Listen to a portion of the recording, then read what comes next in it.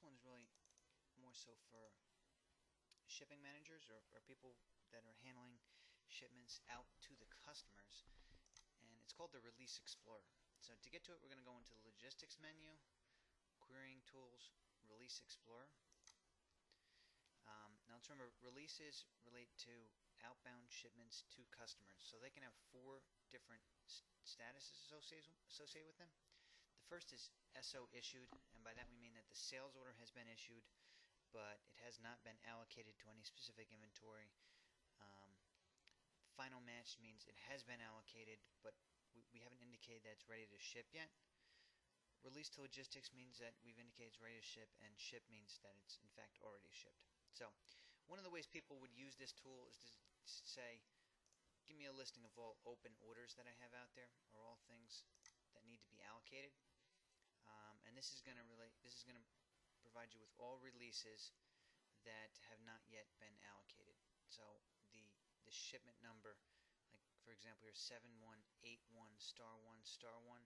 that refers to sales order number 7181, first line item on the order, and which in this case is the product called VCM, and the first shipment of that order.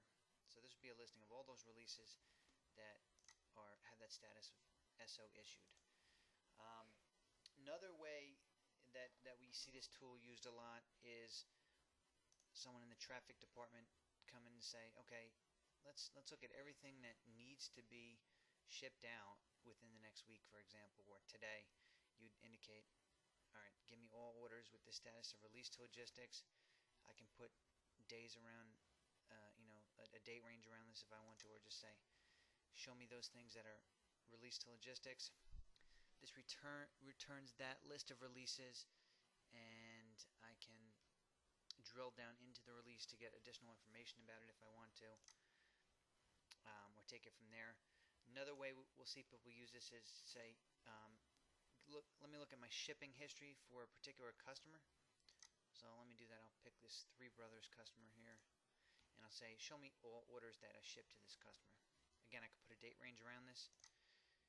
It'll return this list of deliveries that we've made, when they were shipped, that kind of thing.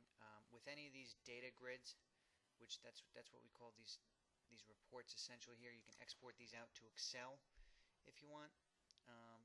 But you can manipulate them further in Excel, or do calculations with them here if you want to, or email this to someone. That just takes that same grid and exports it out to Excel. There are some advanced features here too, or advanced tools.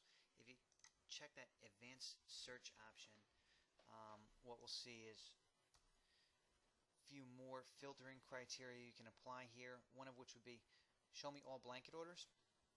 And this shows me, in this case, I only have one order that's considered a blanket order, meaning that the customer placed an order with us but didn't indicate necessarily a shipping schedule at that time. Or if you